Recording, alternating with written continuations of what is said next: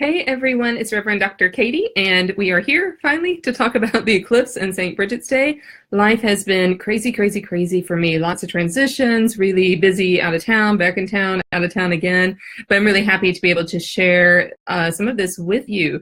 So I'm curious how many of you were able to see some of the eclipse last night. It was pretty prominent, I know, in North America and across some of the Northern Hemisphere. So if you had a chance, I hope you were able to get out and see it. Something woke me up about 5 this morning, a little earlier than I usually get up, and I was kind of wide awake. And then I remembered, oh, the eclipse is happening. So I was able to run out and just take a look at it and soak it up for about 5 minutes. So there is like major, major energy just happening. And even if you didn't witness it, you can still benefit from that energy. I know I saw my friends in Oregon, it was cloudy skies, so they couldn't actually see the eclipse. But the nice thing is the eclipse is happening whether or not we see it, whether or not it's happening right above us or not. So eclipses, especially lunar eclipses, are great times to reevaluate some of our spiritual goals for 2018. So I'm curious, you tell me, how are they going?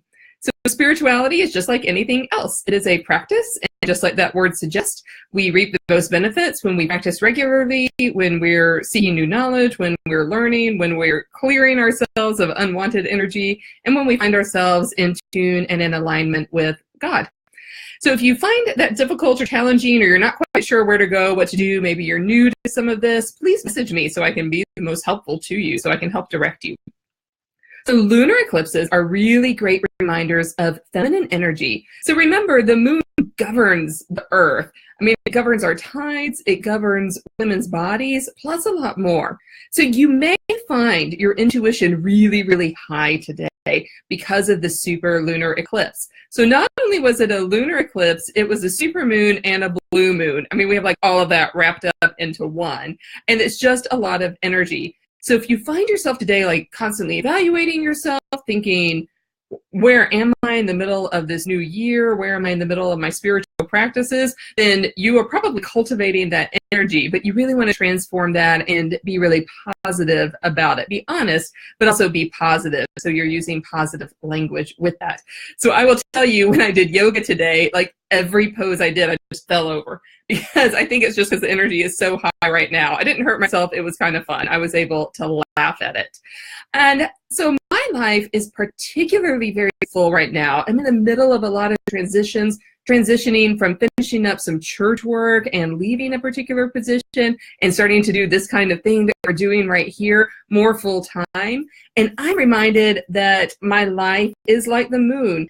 It cycles to full moon, to new moon, to all these phases in between, and that the moon offers this really rich example from God about how we can accept the changes and transitions that happen in life. And just like the moon is always ever changing and then coming back to itself, so are we. So let me invite you into that really tender space in your own life. Think about where you are. Again, message me so I can be the most helpful in offering you tools for all of those transitions in your life.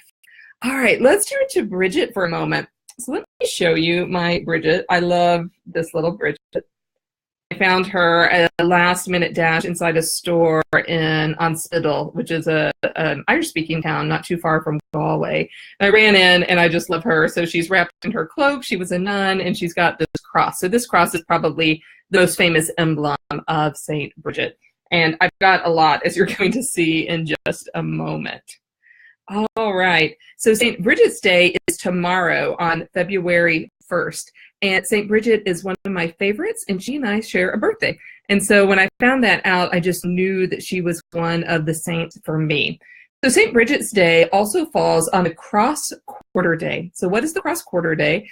That is the day between a solstice and an equinox, right? So it falls right in the middle of those. This day is associated with the beginning of spring, even though it's still very cold in the Northern Hemisphere in many parts of the world. We look forward to the lambing. We look forward to the growth, to the trees that are going to be springing up in a few months. So it's the assurance that spring is coming, even though the ground still seems frozen. It's very in line with my childhood, because it was always cold, even though I grew up in the South in the United States.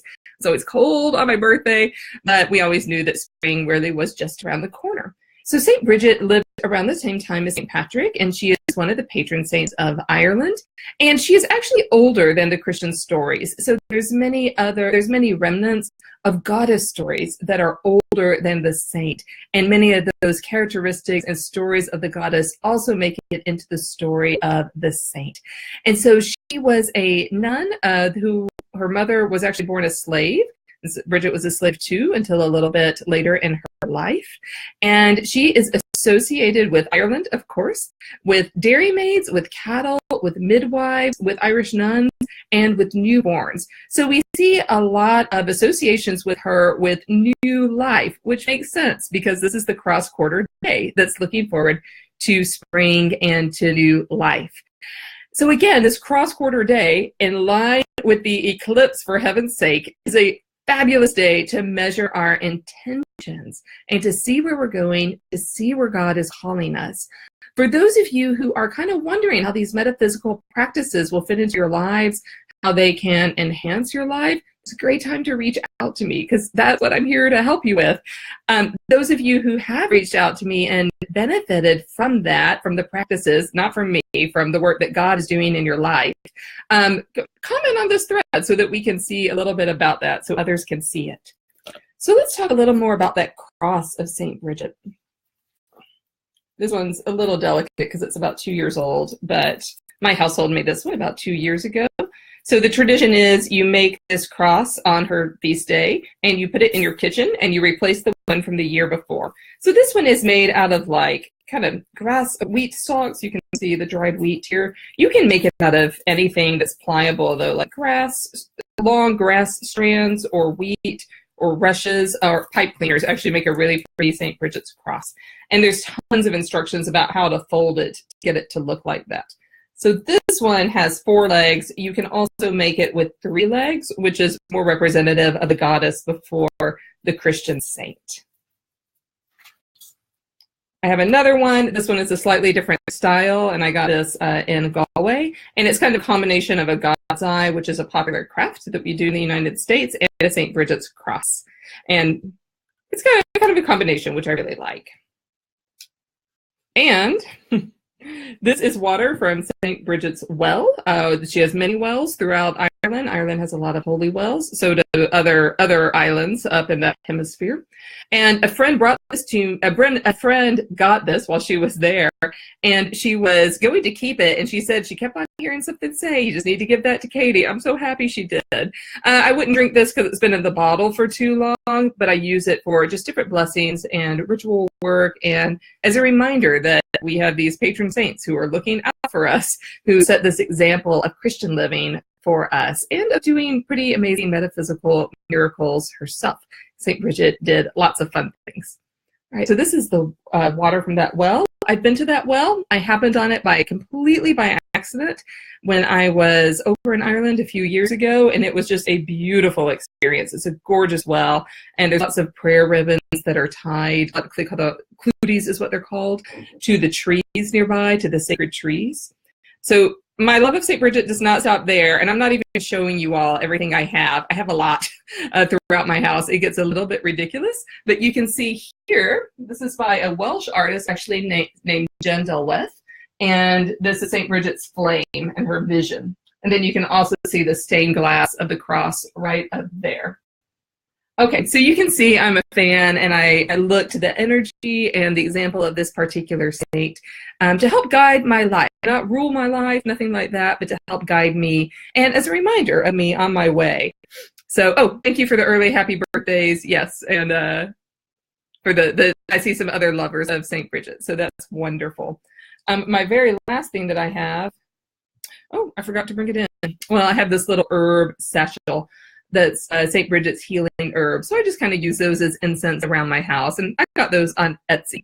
So that's some of the energy work that's going on yesterday, today, and tomorrow. I'm going to check in with all of you tomorrow. I actually have a heart piece that's a hymn to St. Brigid that's one of my favorites. So I'll make a recording of that and put it here so all of you can enjoy it as you want and use that in your own personal practices.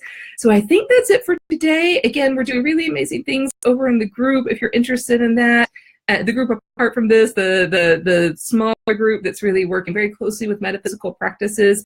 If that is of interest to you, please reach out to me because we would love to have you join and really grow the work that we're doing. It is wonderful to see all of you, and I will see you next time. Bye-bye.